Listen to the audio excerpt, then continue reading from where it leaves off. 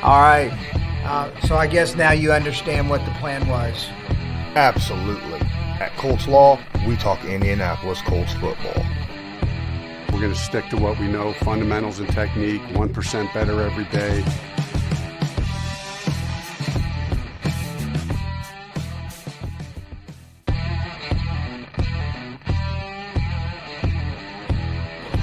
All right. So I guess now you understand what the plan was. Absolutely. At Colts Law, we talk Indianapolis Colts football. Hello, YouTube. This is Lawrence Owen. I am Colts Law, and I am here to talk to you about the Indianapolis Colts and the Atlanta Falcons kicking off tomorrow in Indy at Lucas Oil Stadium, 1 o'clock. Now, I'm going to go over a few things with you. All right, I'm going to go over simple fact that, as you can see here, we got Matt Bosher on the Atlanta Falcons that's going to be out. We're going to have the punter, though. That's not going to be a big deal because I think the Atlanta Falcons went out and got a punter who was a starter last year for a different team. So I really don't see much of a problem with that. I wouldn't rely on special teams when it comes to the punts. Hopefully, being out a year might be a little, might affect him a little bit, but I really doubt it. He's probably been working on his craft the whole time, and you really don't need to know a lot about your team other than maybe the long snapper. Get some snaps in with him during that week while, he was practicing, and that's about it. So I really don't see a whole lot of issues with Bosher out. However, the Colts having Darius Leonard and Jabal Sheard out this game is a big deal. Darius Leonard, of course, in concussion protocol, so he won't be making this game. Jabal Sheard still dealing with a nagging injury that he's had since really preseason. Hoping that he will be able to get back at it maybe next week. But let's go ahead and jump into this right now and find out exactly how this game's going to go, right? Why not?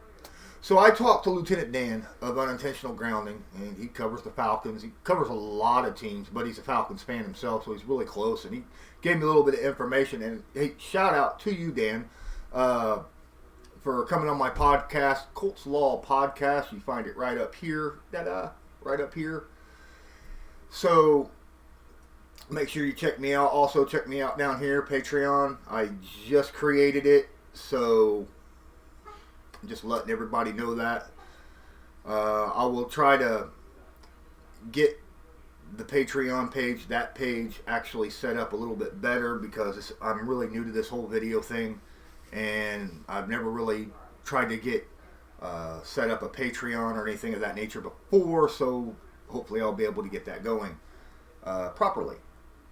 Now, he was telling me about how the Atlanta Falcons, even though they run a 4-3 defense, their personnel is really more set up to 3-4, but they run a lot of 5-2 looks, right? Where you got like five guys on the defensive line and 2 linebackers sitting back, and a lot of times those 2 linebackers are right up on that line, and then you'll have 2 guys back off that line when the ball's snapped.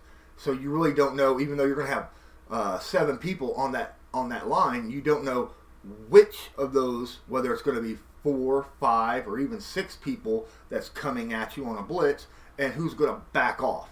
Now, obviously, most of the time, your defensive tackles are going to stay, but you might have a defensive end or an outside linebacker or something like that just back off when the ball is snapped. Here's a big deal. I think the Indianapolis Colts can actually take advantage of a 5-2 look. Because if the Colts are sitting there on that 5-2 and the ball's hiked, the Colts have elite offensive line, right? Top 3 in the NFL. Easy. And inside, from Mark Glowinski to Ryan Kelly to Quentin Nelson, probably the 3 best interior lineman group in the NFL, right? I mean, that's my opinion. I've looked around. There are some good interior linemen out there, but as a group, those 3, very, very solid. Both Quentin Nelson and Mark Glowinski, great at doing pulls And Ryan Kelly is great. He's very, very, very smart, able to see a defense, figure out what's going on, and he's able to get to a second level and make a block on a linebacker many, many, many times when Glowinski and Quentin Nelson actually get their blocks on, right? So the thing about it is, a lot of people are a little worried that Marlon Mack might not be at his best at this game because Marlon Mack is walking around with a boot for his foot.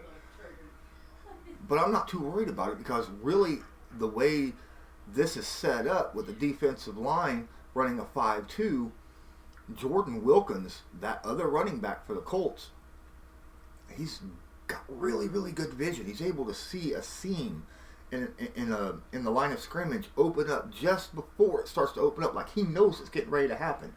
And by the time he has the football, from that point to the point where he gets to where that seam's opening up, he's already at max speed. He doesn't have a real high top end run speed, but he gets to that in a very short amount of time.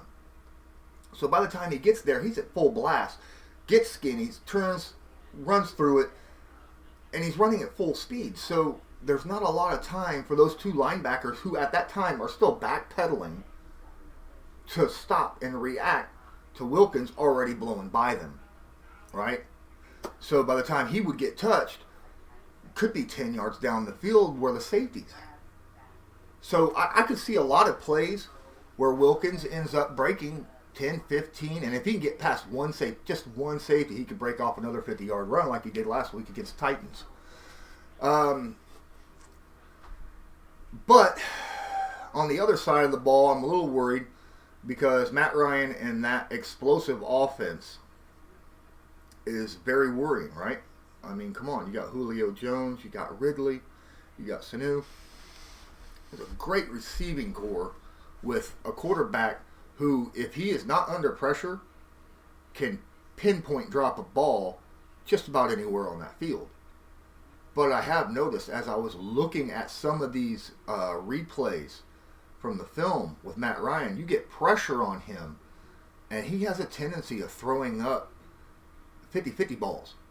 Doesn't matter if the receiver's open. He trusts so much in his receivers that he'll just throw up a prayer and hope that Julio Jones or Ridley is able to actually use their athleticism to come down with that football rather than a defensive back.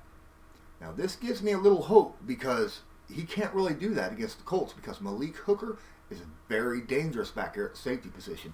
That's what he's there for, to stop those 50-50 balls. They don't become 50-50 balls when Malik Hooker's back there. That guy's got incredible range, very athletic, and instinctively gifted in knowing where a ball is going to be in the air and able to come down with it. Even if he only has to get one hand on that football, he still is incredibly gifted with coming down with that. Go look at week 1 against the Chargers when he did that exact same thing to Phillip Rivers. Wasn't even in the screen when Rivers decided to throw the football to what he thought was a wide open receiver in the back of the end zone, and then out of nowhere Malik Hooker comes in, reaches out, snags that ball, turns the corner, goes upfield. Matt Ryan's going to have to do a little bit better job at protecting his football rather than just throwing it out there in hopes. He's going to have to be very methodical and surgical with his throws against the Indianapolis Colts because this entire defense is built on the predication of speed and athleticism, right? From their cornerbacks all the way down to their defensive line. Their defensive line is meant to get pressure, right? Danico Autry has 3.5 sacks so far this year. Kamiko Toure is coming back this game. Well, he's questionable, but a lot of people think that he will make it. Kamiko almost had 2 sacks, 2 fumbles in the first game. Missed last game, obviously, against the Titans because he was hurt. But in that first game, he darn near had 2 sacks, 2 strips. But one of those sack strips got negated because on the other end, Justin Houston jumped like 2/100ths of a second too fast and got a flag thrown on him, and it completely nullified that sack strip. But this defensive line is very, very good at getting penetration and disrupting the run and putting pressure on a quarterback. So Matt Ryan's going to have to be very patient, but at the same time, he's going to have to be able to throw the football accurately and not worry about going downfield in order to beat this Colts. He's going to have to surgically take the short and medium passes against this Colts secondary, especially since they'll probably be playing a lot of zone. And with Pierre Desir should play, but he's questionable. If he's not able to play, then Rock Yassin will be covering, probably Julio Jones. And then you'll have Quincy Wilson on the other end. And then at slot, you'll have Moore, who was just paid this past offseason as the highest slot corner in the NFL because he earned it, because he played that well last year for the Colts. So GM Chris Ballard really rewarding his guys in how they play. You know, if his own guys play very well, the guys he brings in on short money and they prove that they can do the job, or if his draftees do the job, he will reward those guys. Right now, Ryan Kelly, who is one of the better centers in the NFL but has had trouble with injuries, has been very healthy. This is another game that's going to test him, especially against guys like Grady Jarrett, him and Quentin Nelson. I'm afraid that Jarrett's going to end up being over on the right side because even though Mark Lewinsky is a very good guard, he's not quite as good as Quentin Nelson. So I expect to see him flip over to that other side a little bit more because I really don't think Atlanta wants Grady's talents to be put up against Quentin Nelson because I think they'll end up nullifying each other quite a bit. So the way that I see this game could end up going is one of two ways. One, either the Colts are able to find their rhythm with the run game and keep ball control and manage that clock and just grind it out and keep Matt Ryan and that high-powered offense off the field and just let them dictate this game. Or Matt Ryan and that potent offense ends up getting out to a quick lead. And if that happens, then Jacoby Brissett and this offense is going to be tested to see how high-powered the Colts offense can be.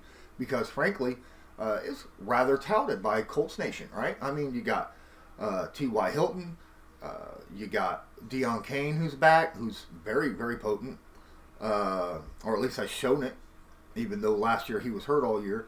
Paris Campbell, the 4.31 speedster wide receiver, 6 foot, come out of Ohio State. Eric Ebron, Jack Doyle at tight ends. You got Marlon Mack. Nyheim Hines, don't forget about Nyheim Hines on 3rd and long because that guy can catch a ball in space and do something with it. But if Matt Ryan and that offense ends up, blowing out into a 10, 14-point lead early, expect to see the Colts, Coach Frank Reich actually have to go out there and make plays for the passing game rather than being more focused on the run, because so far the first 2 games the Colts have ran more run plays than they have pass plays, and that's why Jacoby Brissett has not had the attempts to actually go out there and have really good passing numbers. Yes, he had 3 touchdowns last week. He only had like 160 yards or something like that, right? Because he didn't have that many pass attempts. He only threw the ball when they were near the end zone.